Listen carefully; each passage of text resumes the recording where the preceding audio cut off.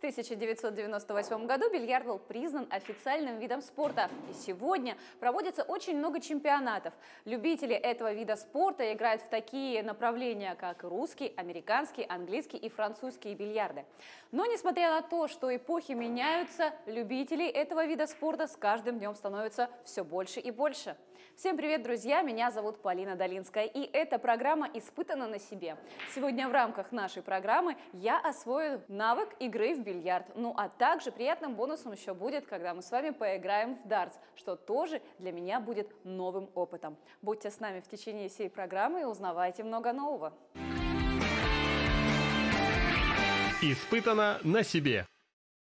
Сегодня моим инструктором будет Петр. Петр, вот расскажите для начала, чем отличаются все вот эти 4 вида игры в бильярд? Русский, я знаю, что это белые шарики, американские цветные, а французский и английский я уже все.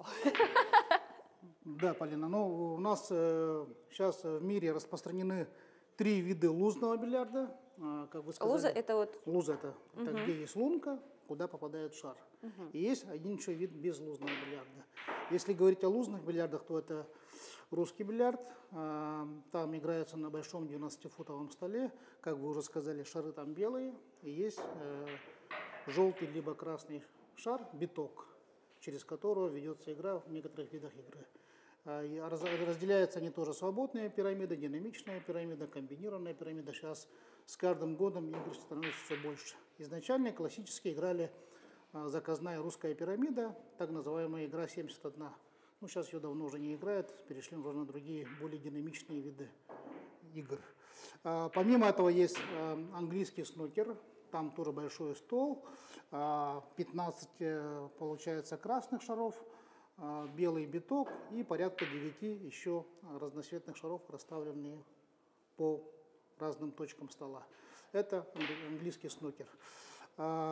Также есть вид безлузного бильярда, это карамболь, когда луз вообще нету, играется только 3 шара. Задача после касания битком одного из шаров через борта задеть следующего шара. Она очень популярна в Франции и в странах Востока. То есть за время всей этой игры шары стол не покидают? Не покидают. А как тогда считать? 4-й вид это так называемый американский пул или просто пул. Это игра, изобретенная в Америке. Как раз мы стоим возле стола для игры в пул. Как видите, тут разноцветные шары, белый шар. Основных игр на этой игре тоже порядка 4-5. Это straight pool, так называемая игра с продолжением. Потом идет 8 и 9. Вот это основные игры. Ну, еще есть 10-ка игра такая. Тогда, когда они поочередно забиваются. В 8 у нас получается задача игрока забить свою группу шаров и после этого забить 8-й шар. Вот. Если говорить о истории бильярда, да, бильярд вообще, он история конкретной насчет него тоже нету, да, она разнится. Есть версия, что она родилась в Европе, есть версия, что она родилась в Китае. Изначально это была игра на лужайке, что-то типа гольфа. Были на земле лунки, и игроки с помощью молотка били шаром другой шар. Нет, это именно изначально, потом из нее, возможно, и крикет появился, да, но изначально бильярд тоже в таком виде был. Потом его перенесли в дом, поставили на ноги, и молоточек сменился на кий. Напоминание о зеленой траве – это зеленое сукно на бильярдных столах. Да? То есть это тоже не случайно? Это тоже не случайно. Я знаю, что одним из любителей игры в бильярд был Иосиф Сталин. Да, Иосиф Сталин очень любил игру. Он также ввел обязательным наличие бильярдных столов в военных академиях, в курсантских этих заведениях, где учили командный состав, потому что есть такое устойчивое выражение, оно не совсем и всем нравится, но есть такое выражение: бильярд вам не шахматы, тут думать надо. И это действительно имеет место, потому что в бильярде нет таких, как так называемых, стандартных позиций. Позиции все время меняются, это миллионы различных вариантов, и чтобы провести хорошую серию, вы должны все время думать. И особенно в пуле момент обдумывания занимает очень много времени, потому что вы должны проверять и делать шаги, выверять, чтобы просчитать шаги на 4-5 ударов вперед. То есть вы бьете шара, выходите на другого, и таким образом. И вот это само осмысление, обдумывание, потом реализация, оно занимает определенное время. Ну, давайте попробуем. Давайте. Какой мой кий? Так, вот ваш кий. Для начала, да, я вот когда тоже люди спрашивают, как начинать играть, как и во всех видах спорта, есть стандарты и свои каноны. В бильярде есть такое понятие, как стойка. Чтобы забить шаром шара, надо сперва научиться направлять своего шара, то есть битка, в правильном направлении, куда вам нужно. То есть точность должна быть филигранной. Если вы ошиблись при попадании на 3-4 миллиметра, все, чужой шар неминуемо покатится в другую сторону. Это очень важно. Поэтому всех, кого я учу играть, я начинаю именно со стойки. Вот, давайте со стойки начнемте. Давайте. Это куда нам? В эту часть стола, Давайте да? вот здесь станемте, да.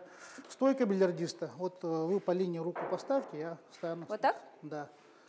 Чтобы правильно Как я принять... его держу? Насколько далеко, Так, насколько вот, близко? кстати, кий, как видите, он тут толстый, тут потоньше. И есть такое понятие, как центр тяжести. Остается турняк после центра тяжести, мы берем ее посередине. Вот это классическое, то есть плюс-минус можно хвататься. В таком случае вы именно используете вес кия.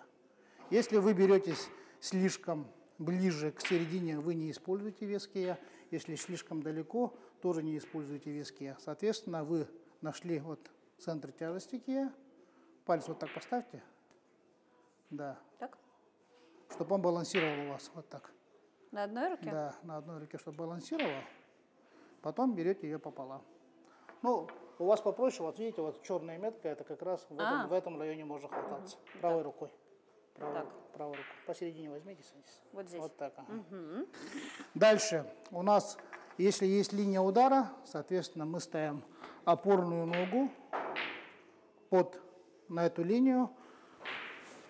Левую ногу выставляем чуть в сторону, наклоняемся и держим таким образом, чтобы рука, голова и локоть бьющей руки были все на одной плоскости. Вот. Чуть-чуть ногу вперед. Вот это? Ага, вот так. Вытянитесь еще, вытянитесь. Ага. И голову над кием. Над кием. Вот так? Вот, да. Вот с такого движения вы должны делать удары. Удар должен быть плавный абсолютно. Мостик, вот видите, передняя рука, да? Это так называемый мостик. Это очень важная деталь, чтобы ки не гулял по руке. Люди обычно вот так держат по-разному. Есть классическое понимание. Это когда вот руку ложите, приподняли, опустили только пальцы. Большой палец соединили с указательным и чуть-чуть развернули. Получается, у вас ки должен накрывать средний палец руки. Вот это считается идеальным положением, потому что опора должна быть монолитной, и у вас мост не должен плавать. Только в таком случае вы попадете в ту точку по шару прицельному, которую хотите. Если вы стоите в неуверенной позиции, то в момент удара у вас это может сдвинуться, и вы можете попасть не в ту точку, которую хотели. Облокачиваться можно на стол? Просто Можно. я слышала, что его прям балансируют, специально выстраивают. Стол выставляется по горизонтали, чтобы не было покатов. Если говорить о столах, то на столах вот здесь лежат гранитные плиты, каменные. Да? Каждый стол весит, вот этот стол где-то порядка 400-500 килограммов. А бильярдные столы для русского бильярда, они весят порядка тонну с лишним. Ух ты. Вот. Чтобы сделать правильный удар, соответственно, вы должны стать по линии удара. По линии удара. Голова должна находиться абсолютно фронтально к шару, то есть не сбоку, не так, чтобы вы именно видели фронтальный шар. Расстояние, как говорится, от обеих глаз до кончика кия должно быть одинаковое. И само движение, удар по шару, он должен быть плавный, не резкий и как бы прокалывающее движение. То есть вы не должны бить по шару, а вы как бы должны постараться проколоть шар. Вот давайте сейчас сюда встаньте и, как мы сказали, линия удара, поставили ки, вытянули руку, Ага, поставьте кий. Давайте чуть-чуть сюда поставим. Угу. И прокалите до лузы. Вот. У меня получилось! Ой, как Дальнейшим классно. шагом уже получается, чтобы вы били шаром по шару. Соответственно, когда бьете шаром по шару, он должен попасть по следующему шару, передать свою энергию прицельному шару, и шар у вас должен упасть в лужу. Ну, грубо говоря, вот такое движение должны сделать. Давайте попробуем. Как здорово. А получается, белый шарик вот в американском пуле, Да, он не забивается. он не забивается, Да. он только направляющий. Да, А если он все равно попал в лузу? это штраф считается. А, Так, встали. Ага, чуть-чуть вытянулись. Голову над кием держим. Угу. И прокалываем от центра до центра. Вот видите, вы попали чуть-чуть левее шара, поэтому у вас шар не упал. Еще раз. Давайте. Встали. Мостик выставили. Голову над кием. Вот, вот. Еще чуть-чуть туда вышли. Вы сейчас целитесь вот сюда. Вам надо вот сюда прицелиться. Вы чуть-чуть сюда вышли еще. Кием. Вот так, ага. И отсюда прокол. Вот. получается? Ну вот это основные моменты, да, то есть я всегда людям говорю, что есть два способа забить шар. Это правильно рассчитать точку удара, правильно в него попасть, тогда шар падает.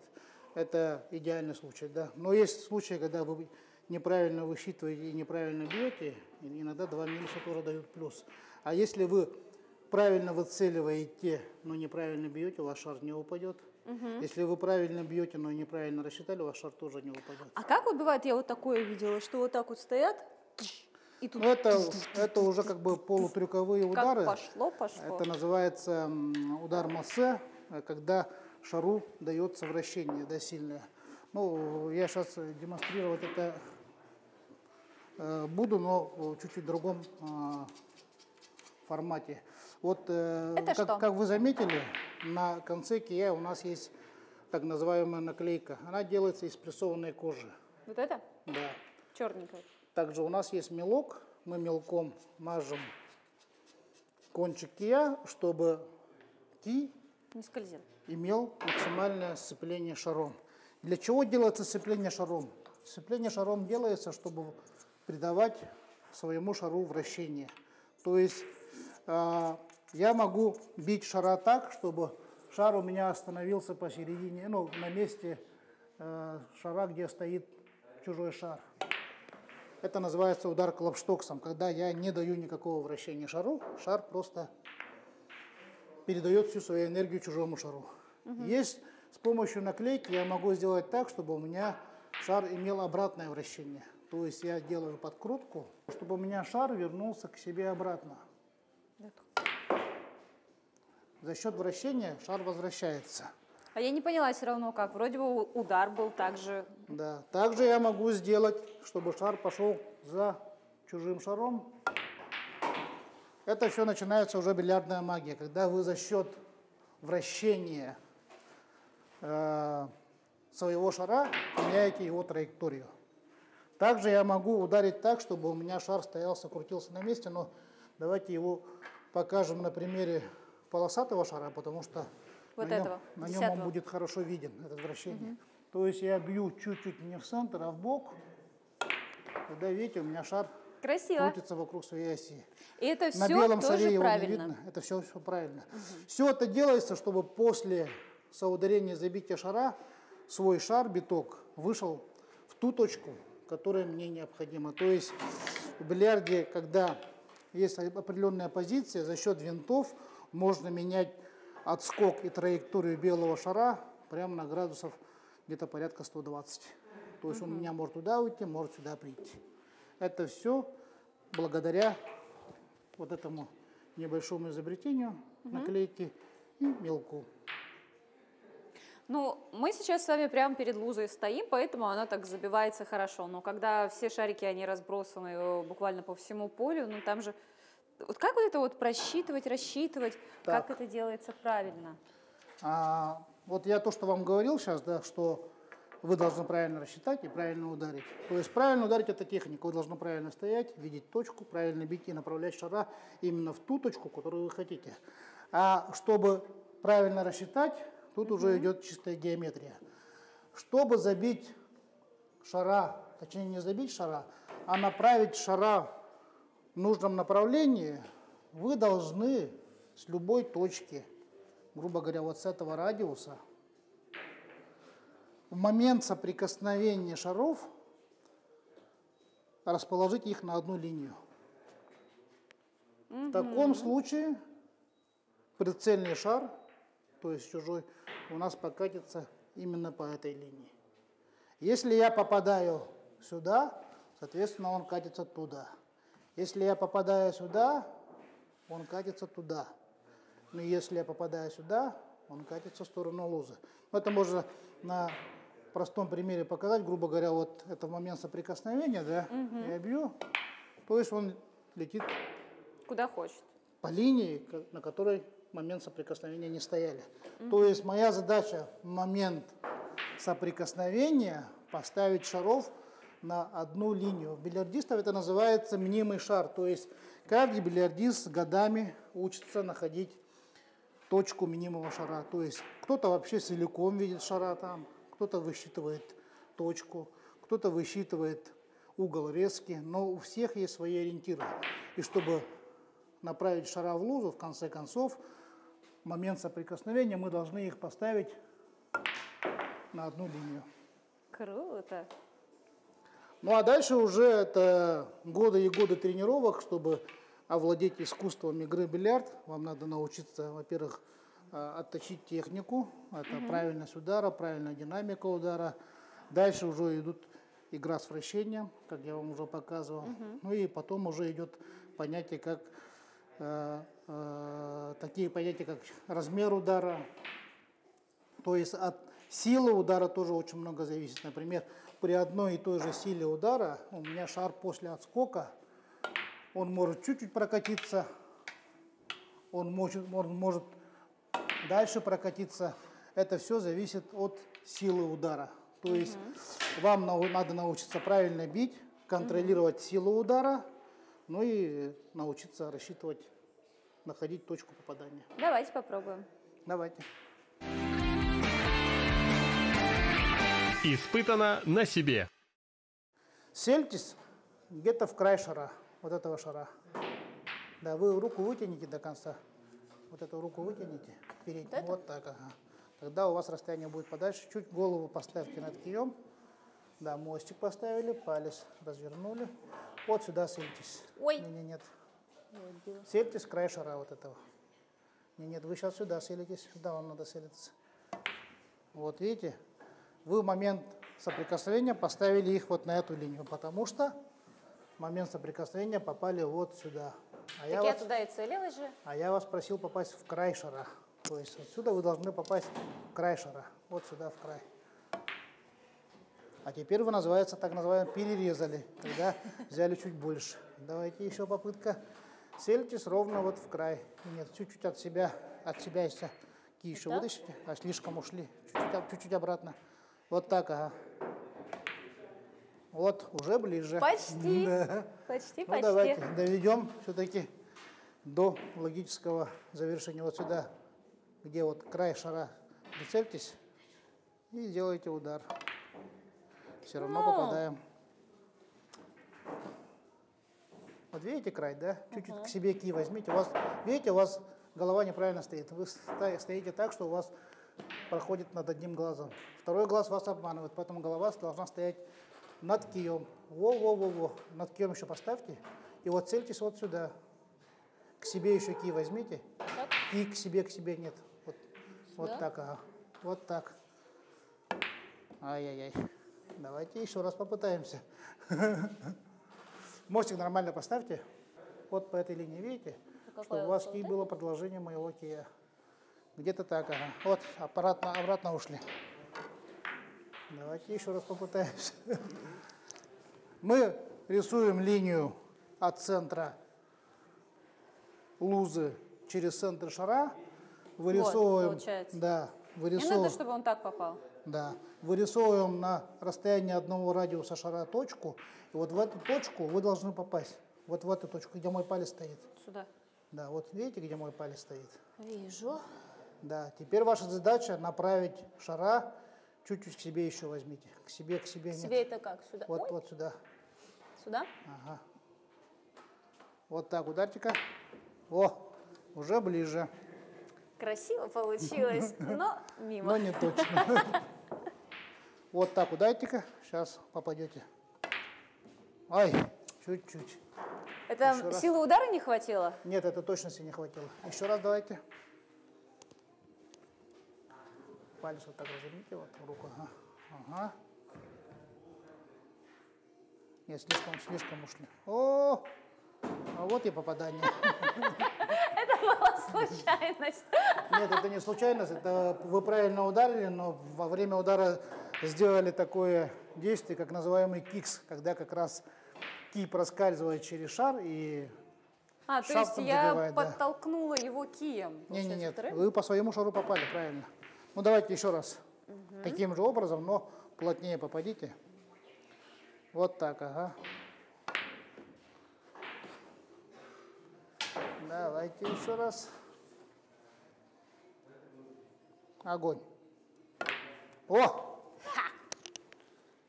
То есть поняли, да это не так просто, это надо постоянно. Это вообще не просто, это очень непросто. Основная нагрузка в игре бильярд идет, это, во-первых, естественно, на ноги, потому что бильярдисты во время игры, они где-то порядка 3 километров. 3-4 часов находятся вокруг стола, ходят в основном на ногах, поэтому нагрузка на ноги.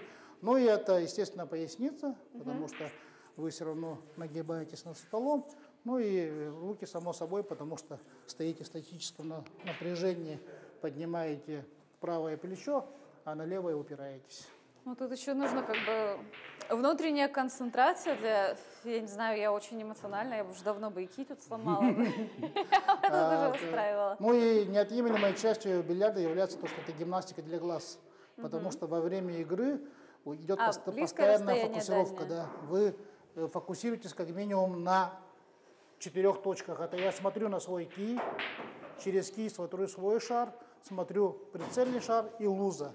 И вот между этими 4 точками мое зрение постоянно фокусируется, меняет фокус, соответственно, она идет, работает и напрягается. Это постоянно называется гимнастика для глаз. Испытано на себе. При всей видимой статичности данного вида спорта он очень полезен для здоровья, и многие врачи рекомендуют его как профилактику. Также рекомендуют этот вид спорта с пенсионерам, потому что он помогает им тренировать память, и даже он хорошо подойдет людям, у которых диагностирована апатия, потому что во время игры можно находить аж до 3 километров вокруг стола. Испытано на себе. Так, в игре «Восьмерка» есть определенная расстановка шаров. Обязательным требованием является, чтобы шар, черный шар, он находился посередине пирамиды. Почему? Потому что в таком случае вероятность попадания при разбое у него минимальная. То есть она находится в середине, как бы в капсуле. Дальше у нас желательно, чтобы шары чередовались. Но это не обязательное требование, но в любом случае, в таком случае идет правильное распределение шаров. А почему их нельзя расставить по нумерации, допустим, 1, 2, 3, 4, 5, Ну, 6, 7? это не обязательное требование. По нумерации она выставляется, и то не выставляется. Нумерация нужна для игры в девятку и десятку, когда вы забиваете поочередно с наименьшего шара, который находится на столе. То есть, если есть единица, бьете единицу, забили единицу, вы должны перейти к двойке. Но это... А если двойку противник забил, то уже к следующей цифре. Да, он дальше... Нет, это именно... Там задача забить девятку. Мы сейчас говорим про игру «Восьмерку». Здесь главное, чтобы «Восьмерка» у нас была посередине, и по 2 углам должны стоять шары разных групп. Разные группы шаров. Они как-то отличаются? Вот эти вот полностью покрашенные, эти вот как пасхальные яички? Они по весу по ничем не отличаются. И именно раскраска нужна, чтобы мы их различали по группам. То есть есть так называемая сильная группа шаров, где у них нету полосок, и есть полосатая. Вот Вот это классическая расстановка шаров, когда у нас получается черный посередине, по краям у нас стоят шары разной группы. Все, с такой позиции у нас делается разбой. При разбое обязательным требованием является, чтобы 4 шара от пирамиды дошли до бортов. Давайте начнем, попробуем. Давайте. Испытано на себе. Разбой делается максимально сильно. Бьете в область первого шара, и после соударения 4 шара у вас должны дойти до бортов. Угу. Опа! Вот это самая основная ошибка, когда люди пытаются сделать слишком сильный удар. Как я вам до этого говорил, вы должны проколоть шара с достаточной энергией, чтобы шар покатился до пирамиды. Плавный, глубокий прокол. Замах. И проколите шар. Нет. Вы пытаетесь в него ударить. Руку держите в кольцо, спокойно, да? Прицельтесь еще раз по центру шара и сделайте прокол. Вот так. Все. Долетело? Только 2 долетело. По игре, по игровой позиции это на самом деле штраф. То есть, если показать, как это должно быть в идеале, давайте я вам продемонстрирую.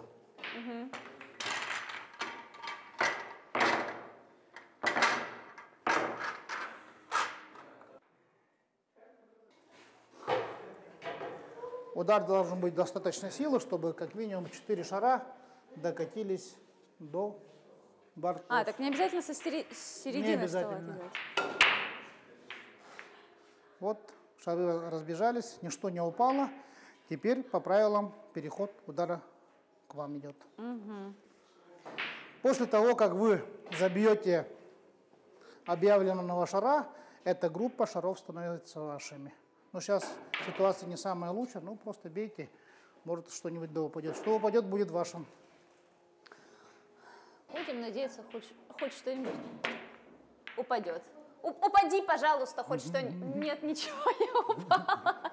Белое не упало. Вот, стол считается открытым, и следующий шар, которого я забью, он будет, если я забью, это будет моя группа. Я забиваю 7 в угол, точнее, старался забить, он не упал.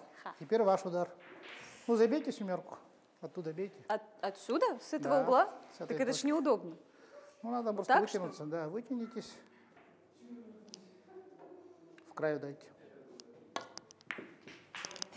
Штраф. Но было красиво. Правильно.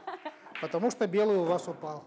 В таком случае соперник достает. Тогда получается, Он остается в этот лузе. тоже все равно В остается. 8 никакой шар не достается.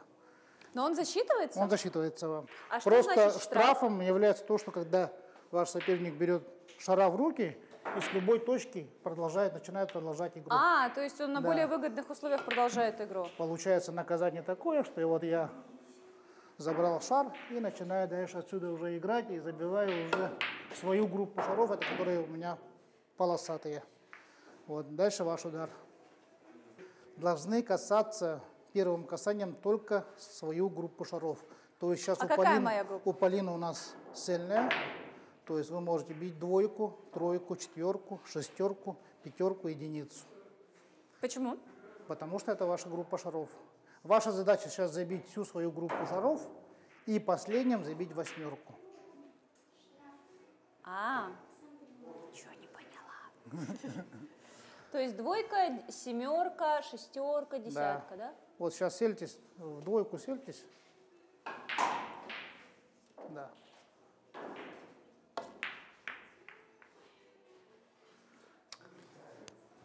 Шар дошел до борта, значит штрафа нету, я продолжаю игру. Моя задача забивать только свою группу шаров. То есть вот эти вот оранжевые, Да. красные и желтенькие. У меня полосатые получаются, это 9. А у меня все темного У вас цвета. нет, не темного цвета, не разного цвета, просто у вас цельные, а у меня полосатые. Вот что значит группа шаров. Да, группа шаров, она делится не по цвету, а именно вот по тем полоскам и этим, которые у нас есть. А в какой момент определяется, чья группа чья? Вот после разбоя, если шар упал, то у игрока остается право выбора. Он У первого разбивающего, да, получается. он разбивает, Если шар залетает, после этого следующим ударом он выбирает свою группу шаров. Голову над кем держите. Вот так. Ага. Мы же почти смотрели друг другу в глаза.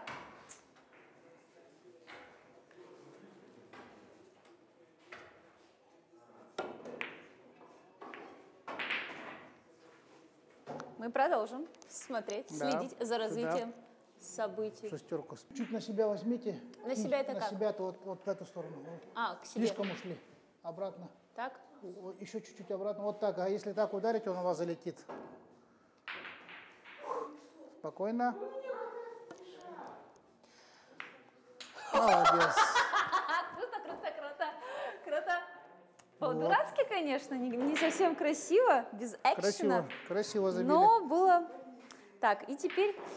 Ну, также продолжаете. У вас пятерка остался на столе, тройка, четверка. Единичка тоже, да, моя? Единичка тоже ваша. И синенький вот этот. Да, вот. двойка.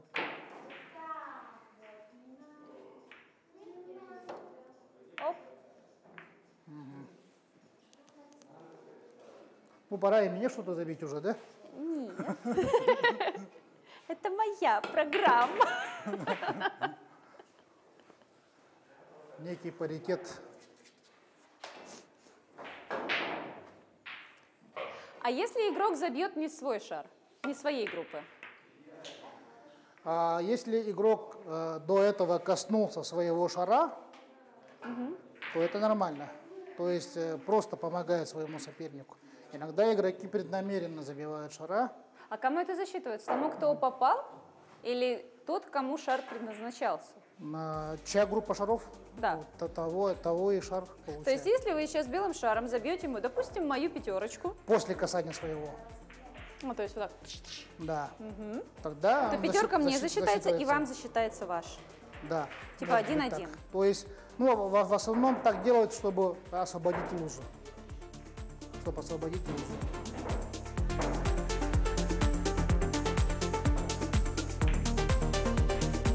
Блин, как классно.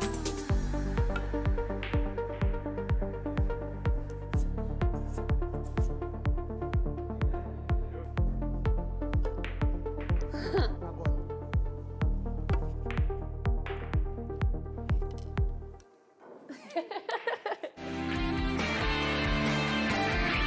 Испытано на себе.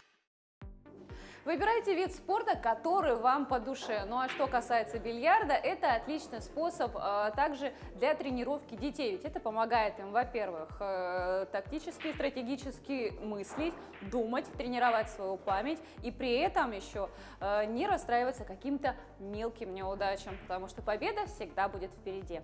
Ну а мы двигаемся далее, и сейчас мы освоим еще один вид спорта, который не менее полезен для здоровья, ну и для приятного времяпрепровождения в кругу друзей или семьи, это будет дартс.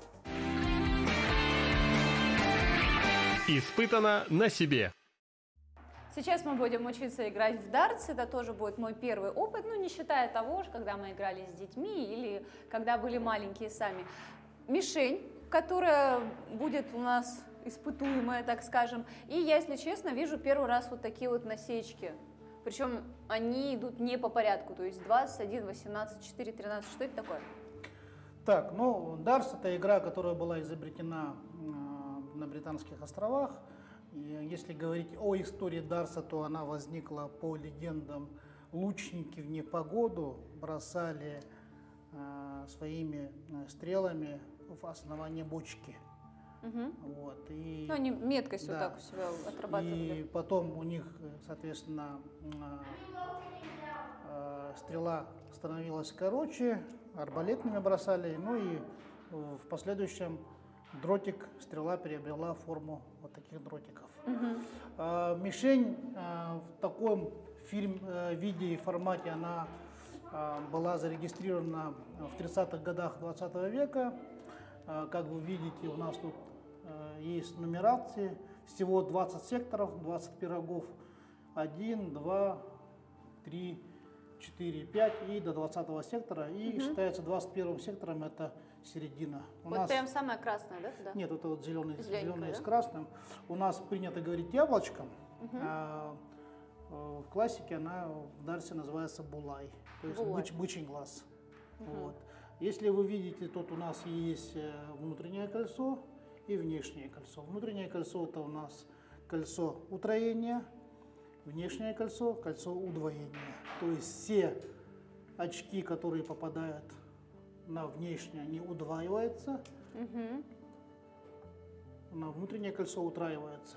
А если в этот сектор попадает? Это по номиналу, то есть если 18, то 18. Для А чего? если здесь это получается 36, а это 54. 54. Да. Большинство людей, обывателей думают, что самое большое это у нас середина. Ну да. На я самом тоже деле так середина думала. это 50. Самое большое в дарсе, в классической мишени, вот этот 60. сектор утроения 20. Здесь получается 60. И все профессионалы Сектор приз. пытаются бросать 3 дротика сюда, чтобы набрать за один подход. В подходе у нас 3 дротика, 180 очей. А соревнования на каком-то международном, может, уровне проходят, или это все-таки любительская игра для, ну, для компании друзей? В Британии, в Европе она с 80-х годов признана официальным видом спорта. В Советском Союзе тоже в период распада дартс пришел, и он был признан как вид спорта. В настоящий момент есть Федерация дартс России. У нас в республике есть Федерация дартс Республики Саха-Якутия. Проводятся соревнования как республиканские, Дальневосточный федеральный округ также проводятся. Ну и итогом является чемпионат страны по дартсу. Есть у нас в стране даже заслуженные мастера спорта, которые завоевывали звание чемпиона мира на мировом уровне. Ну, это вообще востребованный вид спорта? Дартс это, можно сказать, основным достоинством дартса является, что это один из немалых видов индивидуального спорта, которым вы можете заниматься дома, на работе. То есть для этого нужно всего пространство в 3 метра, высота на 1,73 м подвешивается. Вот это 1,73 м? От уровня пола до середины мишени должно быть 1,70 м. А, вот здесь. А то Да. я думаю, вроде как бы я Нет, нет, 1,70 м. Какое-то большое 3. Вот, в классике играется игра 501. Это когда у каждого игрока на старте есть 501 очко, и все ваши попадания, они начинают сжигаться. То есть вы, если вы попали сюда, сюда и сюда, набрали 100 очей, то у вас остается 401. Ваша задача До нуля. уменьшить до нуля, но тут есть самая загвоздка.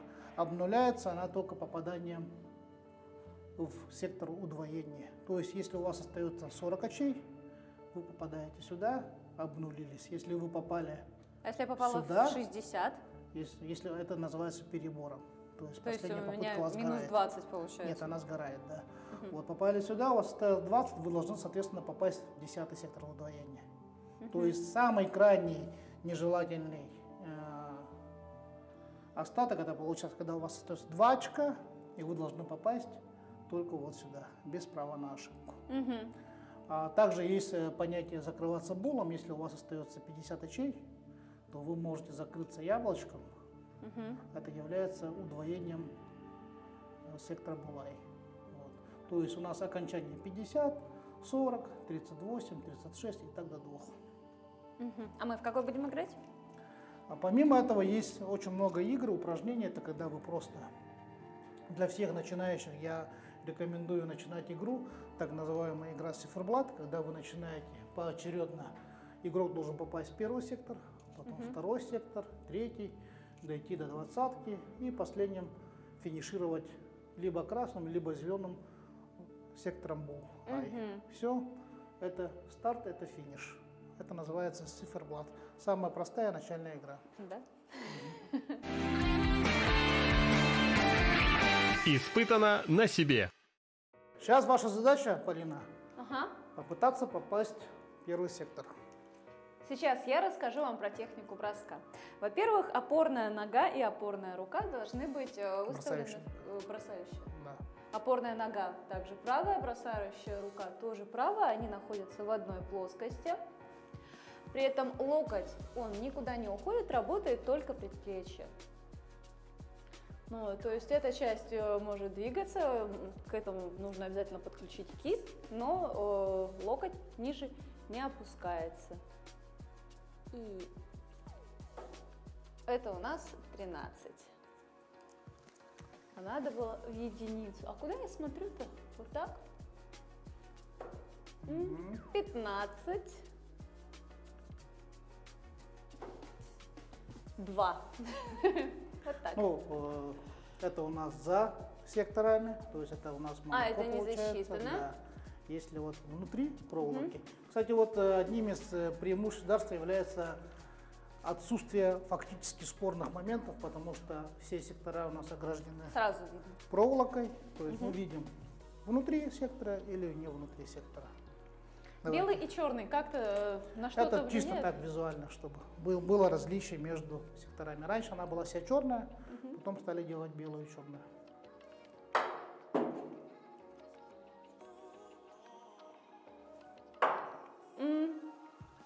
Ну, примерно. В чем моя проблема? Вообще техника броска подразумевает 3 этапа. Это подход, соответственно, вы должны подойти к рубежу, выставить ногу под правильным углом, потому что если вы стоите в неправильной позиции, соответственно, у вас рука смотрит не в ту сторону. Вы находите естественную позицию, это называется подход. Потом прицеливание, 2-й этап. В классике говорится, что вы должны сквозь дротик смотреть в точку, куда вы бросаете. И идет замах. Замах он может быть небольшой, может быть большой, а может быть замах и не общий, потому что некоторые игроки бросают без замаха со статичной позиции. Я делаю замах, я ставлю руку так, чтобы мой дротик смотрел в точку попадания, делаю замах, и отсюда уже идет бросок. Непосредственно сам бросок, он делится также на 2 этапа. В первом этапе у нас подключается кисть, и потом уже выпрямляется рука. Потому что именно кисть, движение кисти дает ускорение. Если вы бросаете без кисти, вы не можете дать достаточного ускорения дротику, чтобы он долетел до мишени. Вроде бы 2 метра 37 всего-навсего, но большинство людей при первых попытках, как и у вас, дротик не долетает до мишени. Это почему? Потому что люди не подключают кисть. Встаем, смотрим, замах, бросок. Замах, бросок. Сам дротик, он весит буквально от 20 до 25 граммов. Это не так уж много. И даже у детей хватает силы и энергии, чтобы добросить дротик до мишени. Давайте попробуем. Так, начинается все с подхода, да? То есть я делаю шаг.